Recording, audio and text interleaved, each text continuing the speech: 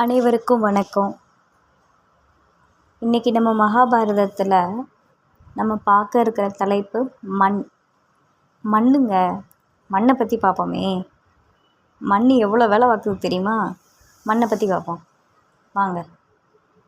நம்ம சேனலை சப்ஸ்கிரைப் பண்ணாதவங்க சப்ஸ்கிரைப் பண்ணிவிடுங்க. வாங்க கதைக்குள்ளே போகலாம்.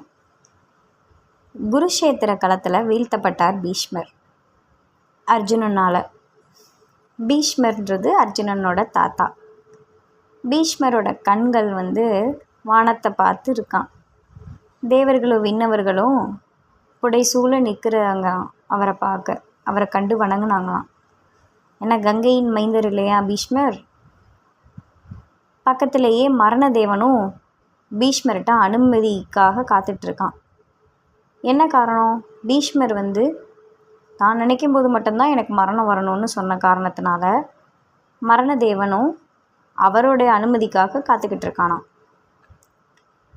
மனது முழுவதும் நிறைஞ்சிருந்த பீஷ்மரை மண்ணை விட்டு அனுப்ப நான் காரணமாயிட்டேனே கிருஷ்ணான்னு அர்ஜுனன் அழுகிறான். பீஷ்மர் மண்ணை விட்டு போய் ரொம்ப நேரம் ஆயிடுச்சு அர்ஜுனா அப்படின்னு கிருஷ்ணன் சொல்கிறாரு. திகைச்சு பார்க்குறான் அர்ஜுனன். மண்ணால் மட்டும்தான் பீஷ்மர் நினச்சிருந்தா அவரை தடுப்பார் எவரும் இல்லை. மண்ணோடு தன் தொடர்பை என்றோ விட்டொழிஞ்சிட்டாரு பீஷ்மர். அதனால தான் தன் சுக துக்கங்களை அவரால் மறக்க முடிஞ்சது. தன்னை பற்றிய நினைவு இன்றி தம் குலத்துக்காக மட்டும் வாழ்வினை அர்ப்பணிக்க முடிஞ்சது. பிரம்மச்சரியம் மட்டும் பீஷ்மமாகாது அர்ஜுனா. விருப்பின்றி எதனையும் அணுக முடிகிறது தான் பீஷ்மம். கொண்ட கொள்கைக்காக தன்னை பற்றிய சிந்தனையின்றி தொடர்ந்து கடமையாற்றுவதே பீஷ்மம். பீஷ்மரோட கொள்கை தன் குலங்காத்து நிற்கிறது மட்டும்தான். அதுக்கு எது சரியோ அதை மட்டுமே சிந்தனையில் கொள்வார். அது சரியா தவறான்னு கூட யோசிக்க மாட்டார். தன் நிலை தாழ்ந்தாலும் கவலைப்படாமல் தன்னை நம்பியிருக்கிற தம் குலம் காப்பவர் எவரோ அவர் தான் பீஷ்மர். அதுக்காக அவர் கொண்ட தவம்தான் பிரம்மச்சரியம். மண்ணிலிருந்து தன்னை ஒட்டாமல் விலகி கொள்பவனால் மட்டும்தான் பீஷ்மனாக முடியும்னு கிருஷ்ணர் சொல்கிறாரு. ஏன் அப்படி கிருஷ்ணர் சொல்கிறாரு பார்ப்போம் வாங்க. பஞ்சபூதங்களில் ஒன்று மண். அதை விட்டு விலகி நின்னா போதுமா அப்படின்னு கேட்குறான் அர்ஜுனன். நீர் நெருப்பு இது ரெண்டையுமே தனக்குள்ளே அடக்கி வச்சிருக்கிறது மண். அத்தனை சாதாரணமாக அதை எண்ணிடாத அர்ஜுனா அப்படின்னு சொல்கிறாரு கிருஷ்ணர். இங்கே எல்லாத்துக்கும் காரணமே மண் தான். ஆமாம்லங்க. மண் தொட முடியாத ஒரே விஷயம் இருக்குது. அது என்ன தெரியுமா? ஆகாயம். ஆகாயத்தை மட்டும்தான் மண்ணால் தொட முடியாது. அதுவும் செத்ததுக்கப்புறம் மட்டும்தான் அங்கே அடைய முடியும். உலகோட அத்தனை செயல்களுக்கும் ஆதாரமாக இங்கே நிற்கிறது மண் மட்டும்தான். மனித பிறவியோட அசைக்க முடியாத இடமே இயலாத விடவே இயலாத ஆழமான ஒரு உணர்வு ஆசை. அந்த ஆசையோட அஸ்திவாரமே மண் தான் அப்படின்னு கிருஷ்ணர் அர்ஜுனனுக்கு சொல்கிறாரு. நல்ல கவனிங்க. கருவில் இருக்கிற வரை மண்ணோடு குழந்தைக்கு தொடர்பில்லை. வெளியே வந்ததுக்கப்புறமும் தாயோட மடியில் இருக்கிற வரை தனக்கென்னு ஒரு தனித்த சிந்தனை அந்த குழந்தைக்கு இருக்கிறது கிடையாது. எப்போ அந்த குழந்தை ஒரு உயிர் மண்ணை தொட ஆரம்பிக்குதோ அப்போ தான் படுத்திருக்கிற இடம் தன்னோட இடம் அப்படின்னு ஆசை உள்ள நுழையுது அந்த குழந்தைக்குள்ள. பிறகு மண்ணில் புரளுது குழந்தை. இன்னும் இடம் கிடைக்கிது அதுக்கு. அதுவும் தன்னோட இடம்னு முன்னோக்கி நகருது, தவழுது. இடம் பிடிக்க அதுவும் போதலை. கண்படுற இடமெல்லாம் தனதாகணும் அப்படின்னு எழ முயற்சித்து தொடர் நினைக்கிது.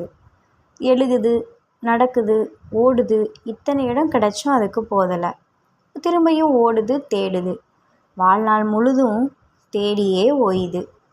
முதுமையில் தளர்ந்து மறுபடியும் மண்மேலே விழுற வர ஓய்வதே கிடையாது. எல்லாம் ஓய்ந்த பின்னும் உயிர் பிரிந்து போன பின்னும் மண்ணால் வந்த மனிதனோட ஆசை மண்ணுக்குள்ளேயே புதைக்கவும் படுது.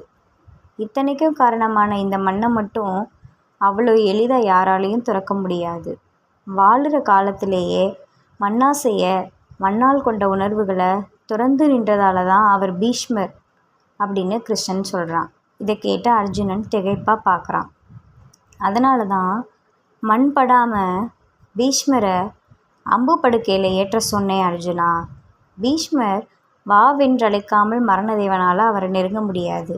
வாழும்போது மண்ணோடு தான் கொண்ட உறவறுத்து வாழ்ந்த பீஷ்மர் இறுதி நேரத்தில் மண் மீது விழுந்து விட்டா மறுபடியும் வாழணுன்ற ஆசை அந்த மண் அவருக்குள்ளே புகுத்திடும். பீஷ்மர் மண்ணால் ஆசை கொண்டுட்டார்னா உன்னால் என்னால் எவராலேயும் அதை தடுத்து நிறுத்த முடியாதுன்றதால தான் அம்பு படுக்கையில் கிடத்த சொன்னேன் அப்படின்னு கிருஷ்ணர் அர்ஜுனன்ட்ட சொல்கிறாரு. ஒருவேளை அதில் இருக்கும்போது மண் தொட அவர் விரும்பினாலும் அம்புகள் குத்தி நிற்கும் உடலின் வலி அதிகரிக்கும். மண் தொட ஆசைப்பட்டா வலிதான் மிஞ்சும் என்பதால தான் மறந்தும் கூட அவர் அதனை செய்ய மாட்டார். அதனால தான் இறுதி வரை அவரை மண் பார்க்க விடாமல் விழிகளை விண்ணோக்கியே இருக்க செஞ்சேன். இத்தனையும் நான் அறிஞ்சு கொண்டேனே, மண் வேண்டாம் என என்னால் போரிடாமல் விலக முடியாதான்னு ஆதங்கத்தோடு கேட்டான் அர்ஜுனன். சிரித்தார் கிருஷ்ணர். நீ நிற்பதே மண் மீதுதான். விண்ணோக்கி செல்ல உனக்கான காலம் இன்னும் வரலை என்ற பின் மண்ணில் தான் போராட வேண்டும், மண்ணோடு தான் போராட வேண்டும் அப்படின்னு சொல்கிறாரு. பாருங்களேன், என்ன ஒரு டைலாகு! கிருஷ்ணர் என்ன சொல்லியிருக்கார் பாருங்கள். மண்ணில் தான் போராட வேண்டும், மண்ணோடு தான் போராட வேண்டுமா? பாருங்கள், நாம் கொண்ட சுகங்களும் துக்கங்களும் மண்ணால் தான் கொடுக்கப்பட்டது. எதை வெல்ல நினச்சோமோ அதில் தான் அடங்க போகிறோம். இங்கு நாம் கண்ட உறவுகள் அத்தனையும் இந்த மண் தந்தது தான். உறவுகளையும் உணர்வுகளையும் கொடுத்த மண் தான் அவைகளை திரும்பவும் பெற்றுக்கொள்ள போகுது அர்ஜுனா அப்படின்னு கிருஷ்ணர் சொல்கிறாரு. இப்போ தான் அர்ஜுனனுக்கு புரிஞ்சது எல்லாம். நான் யார் என்பது யார் இதை புரிந்து கொள்ளவே வாழ்க்கை. புரிந்தாலும் புரியாவிட்டாலும் தான் யார் என்பதை மண் புரிய வச்சிடும். எங்கள் ஒவ்வொருவர் வாழ்வும் குருஷேத்திரமே, ஒவ்வொருவரும் அர்ஜுனரே. கிருஷ்ணன் எனும் சாரதி ஒவ்வொருவருக்குள்ளும் உண்டு. வாழும்போதே நாம் அதை உணர வேண்டும். நன்றி. நம்ம சேனலுக்கு நீங்கள் புதுசுன்னா மறக்காமல் இந்த சேனலை சப்ஸ்கிரைப் பண்ணிவிடுங்க. மேலும் ஒரு காணொளியில் உங்களை சந்திக்கிறேன். நன்றி, வணக்கம்.